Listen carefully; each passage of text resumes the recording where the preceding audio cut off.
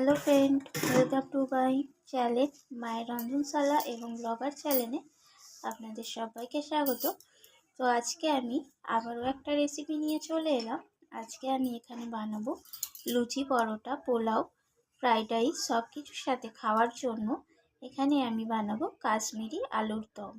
তো তার জন্য আমি কাশ্মীরি আলুর দম বানানোর জন্য আমি এখানে প্রায় 1 কেজি পরিমাণ নতুন আলু, এখানে হচ্ছে নতুন আলুগুলো ছোট ছোট নতুন আলু আছে গোটা গোটা।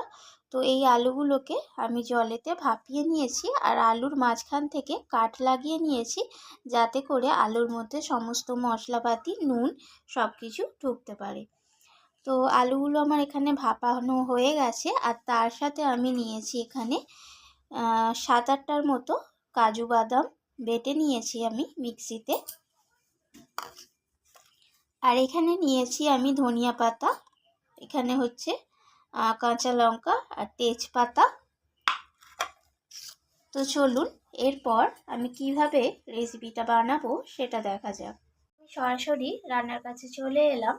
আর এখানে আমি গ্যাসের ওভেনে কড়াই বসিয়ে দিয়েছি। তো কড়াইয়ের মধ্যে আমি এখানে সর্ষের তেল দিয়ে দিয়েছি। তো আমি আজকে আলুর দমটা সর্ষের তেলেতে বানাবো, তো আপনারা চাইলে সাদা তেলেও বানাতে পারেন। তো তেলটা এখানে গরম হয়ে এসেছে, আমি কড়ার গায়েতে তেলটা একটু ছড়িয়ে নিলাম। এরপর আমি এখানে ভাপিয়ে রাখা আলুগুলোকে আমি তেলের মধ্যে দিয়ে দিলাম।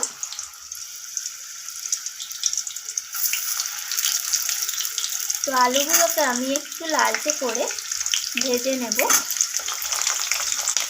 তো আলুগুলোকে আমি নাড়াচাড়া করে একটু ভেজে নিচ্ছি।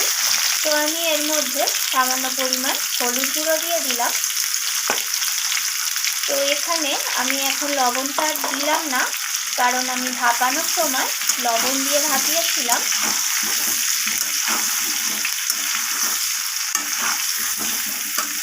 তো আপনারা যদি কাশ্মীরি আলুর দমটা একটু সাদা সাদা করতে চান, তাহলে কিন্তু এখানে হলুদটা ব্যবহার করবেন না।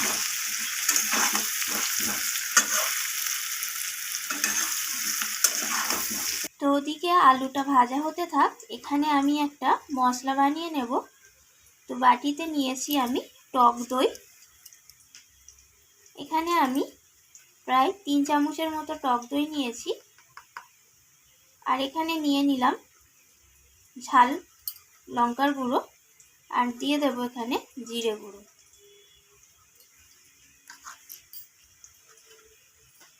তো এটাকে আমি মিশিয়ে নিয়ে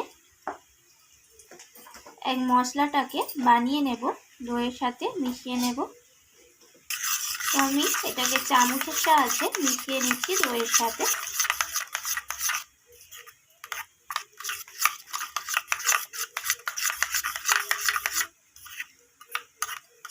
তো আমি এর মধ্যে একটু সামান্য পরিমাণ জল অ্যাড করে দিলাম,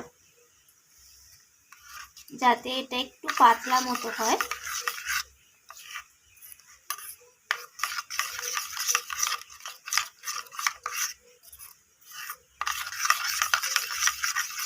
তো এটা আমার রেডি হয়ে গেছে। তো এদিকে আমার আলুটা লালচে করে ভাজা হয়ে গেছে, আমি আলুটাকে তেল থেকে উঠিয়ে নেব।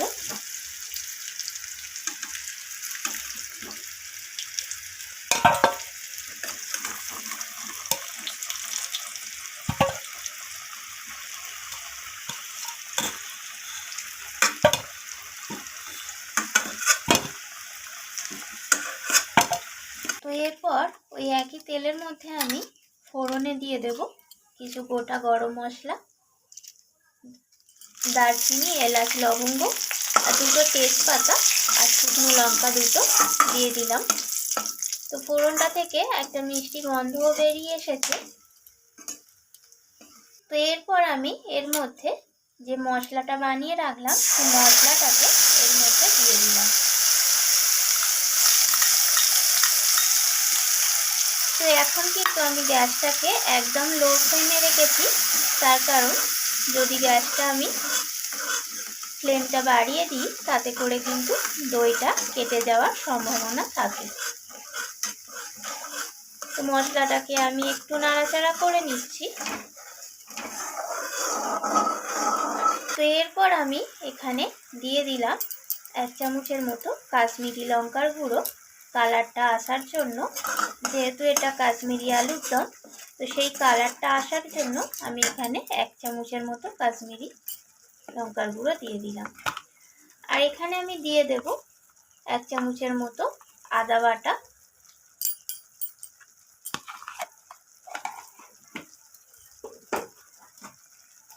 আর দিয়ে দেব আমি এখানে স্বাদ মতো লবণ। সমস্ত কিছু আমি এইভাবে কষিয়ে নিচ্ছি মশলাটাকে।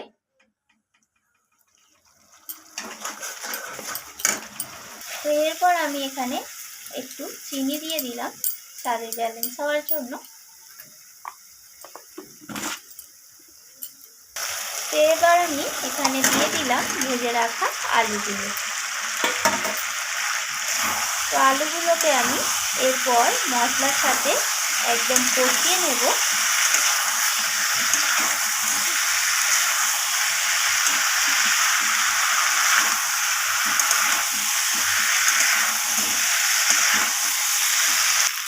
তো এরপর আমি এখানে দিয়ে দেব বেটে রাখা কাজু বাদামটা।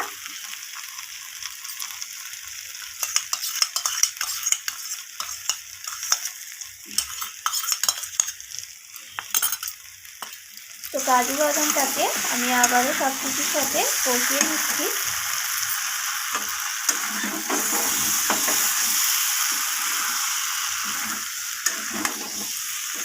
তো এখানে চাইলে আপনারা কাজু বাদামের সাথে চারমগজও দিতে পারেন। তো আমার হাতের কাছে আপাতত নেই, সেই কারণে আমি দিলাম না।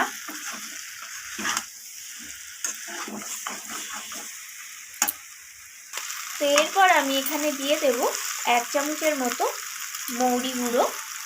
তো মৌরিটাকে আমি ড্রাই রোস্ট করে নিয়েছিলাম, তারপর মিক্সিতে গুঁড়িয়ে নিয়েছি। তো মৌরি গুঁড়োটা দিয়ে আমি আবারও কষিয়ে নিচ্ছি।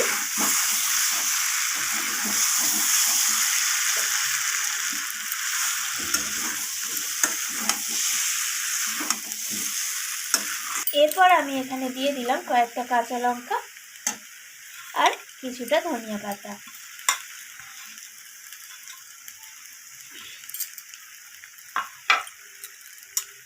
তো আবারও আমি সব কিছু আর একবার নাড়িয়ে চাড়িয়ে নিচ্ছি।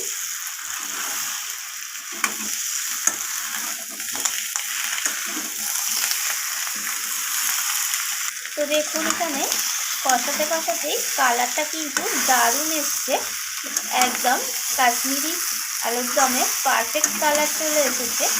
তো এরপর রান্নাটা হওয়ার পর ফাইনাল লুকটা আশা করি কতটা সুন্দর আসবে। তো এরপর আমি এখানে মোটামুটি সব কষানো হয়ে গেছে। এরপর আমি এখানে জল অ্যাড করে দেব। তো আমি এখানে গ্রেভির জন্য আমি এখানে যতটা জলের প্রয়োজন সেই অনুযায়ী আমি জল দেব।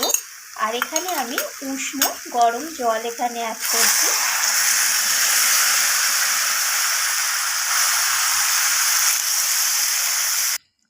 তো দেখুন এখানে আমি জল অ্যাড করে দিয়েছি।